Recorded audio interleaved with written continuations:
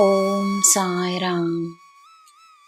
ನನ್ನ ಮುದ್ದಿನ ಮಗುವೆ, ನಿನ್ನ ಯೋಜನೆಗಳು ನಿನ್ನ ಕಾರ್ಯಗಳಾಗಿ ನಿನ್ನ ಯಶಸ್ಸಾಗಲು ಈಗ ಸಮಯ ಬಂದಿದೆ ಎಂದು ತಿಳಿದುಕೋ. ನಿನ್ನ ಸಮಯವನ್ನು ಸರಿಯಾಗಿ ಉಪಯೋಗಿಸುವುದು ನಿನ್ನ ಆದ್ಯತೆಯಾಗಿರಲಿ. ನಿನ್ನ ದಾರಿಯಲ್ಲಿದ್ದ ಎಲ್ಲ ತಡೆಗಳನ್ನು ನಾನು ದೂರ ಮಾಡಿರುವೆನು.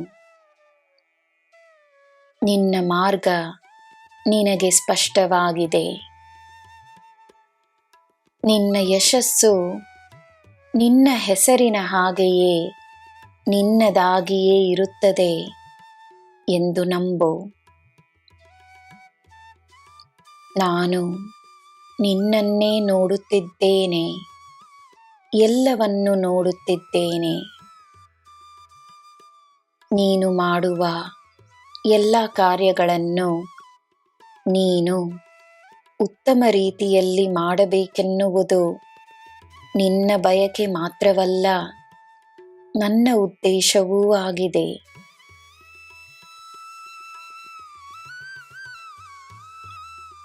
ತನ್ನ ಸಾಧನೆಯಲ್ಲಿ ಮಾತ್ರವಲ್ಲ, ಬೇರೆಯವರ ಸಂತೋಷದಲ್ಲಿ ಸಂತೋಷವನ್ನು ಕಾಣುವ ವ್ಯಕ್ತಿಗೆ ಸಂತೋಷದ ಕೊರತೆಯೇ ಇರುವುದಿಲ್ಲ. ಎಲ್ಲೆಡೆ ಸಂತೋಷವನ್ನು ಹರಡಿಸು. ನಿನ್ನ ಜೀವನದಲ್ಲಿ ಸದಾ ಸಂತೋಷವಿರುತ್ತದೆ. ನಿನ್ನ ಭಕ್ತಿಯ ಆಳವನ್ನು ಅರಿಯುವ ಪ್ರಯತ್ನದಲ್ಲಿ ತನ್ನನ್ನು ನೀನು ವ್ಯಸ್ತವಾಗಿಸಿಕೊಂಡರೆ ನಿನ್ನ ಮನಸ್ಸಿನಲ್ಲಿ, ದೇಹದಲ್ಲಿ ಮತ್ತು ಆತ್ಮದಲ್ಲಿ ಸಕಾರಾತ್ಮಕತೆ ಮಾತ್ರವೇ ಹರಿಯುತ್ತದೆ.